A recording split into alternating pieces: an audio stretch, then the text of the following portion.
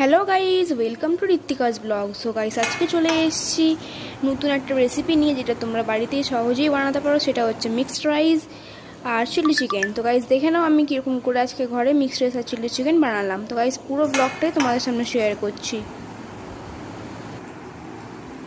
তো guys, mixed rice করার জন্য ফার্স্ট অফ অল আমাদেরকে প্রথমে প্রনটাকে একটু 5 to 6 মিনিট একটুখানি ফ্রাই করে নিতে হবে ভালো করে। দেন আমরা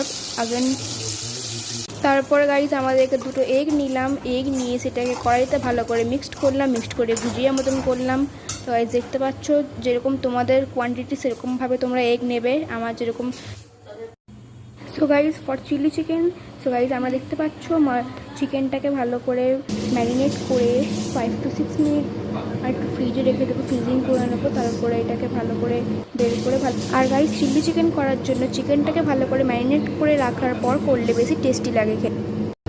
সো গাইজ, আমাদের ম্যারিনেশন কমপ্লিট। তো এখন হচ্ছে পকোড়া। তো গাইজ, দেখতে পাচ্ছ তেলের মধ্যে চিকেনটাকে ভালো করে পকোড়ার মতন করে এটা পকোড়া হচ্ছে এখন। তো গাইজ, এরপরে আমরা প্রসিড করবো চিলি চিকেনের প্রসেসটায়।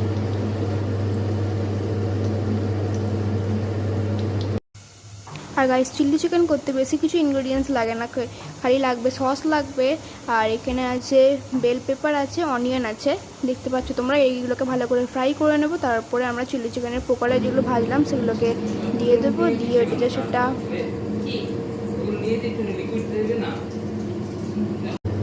সো গাইজ, আমাদের চিলি চিকেন মোটামুটি অলমোস্ট রেডি হয়ে গেছে, দেখতেই পাচ্ছ।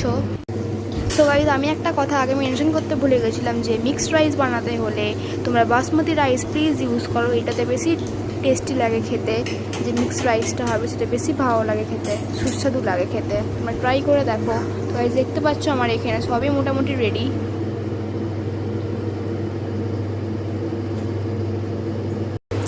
সো গাইজ, যেহেতু আমাদের রাইসটা হয়েই গেছে আর বাসমতি রাইস হতে বেশিক্ষণ লাগে না, তো গাইজ দেখতে পাচ্ছ এখানে এটাকে জলটাকে ভালো করে ঝরিয়ে নিলাম একটা ঝুড়িতে। তারপরে এর মধ্যে গার্লিকটাকে ভালো করে একটু হালকা মতন পেস্ট করে নিতে হবে। তারপর যেসব ভাজা ইনগ্রিডিয়েন্টসগুলো, যেসব ফ্রাইড ইনগ্রিডিয়েন্টসগুলো যেগুলো ভেজেছিলাম সেগুলোকে গাইজ একটা একটা করে দিয়ে দিতে হবে। তারপরে রাইসটাকে ভালো করে দিয়ে মিক্সড আপ করে দিয়ে ভালো করে মিক্সড করে দিলে ওপর থেকে নিচে পর্যন্তই গাইজ আমাদের mixed rice.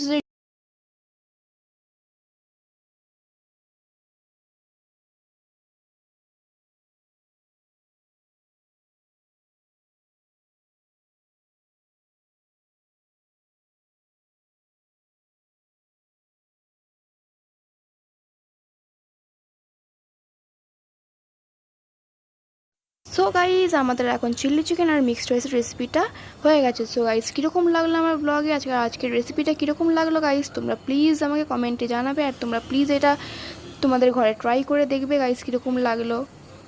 R guys, please আমার চ্যানেলটাকে সাবস্ক্রাইব করতে ভুলবে না। আর গাইজ, লাইক শেয়ার কমেন্ট করতেই থাকো গাইজ, আর সাপোর্ট করতে থাকো গাইজ। Bye bye.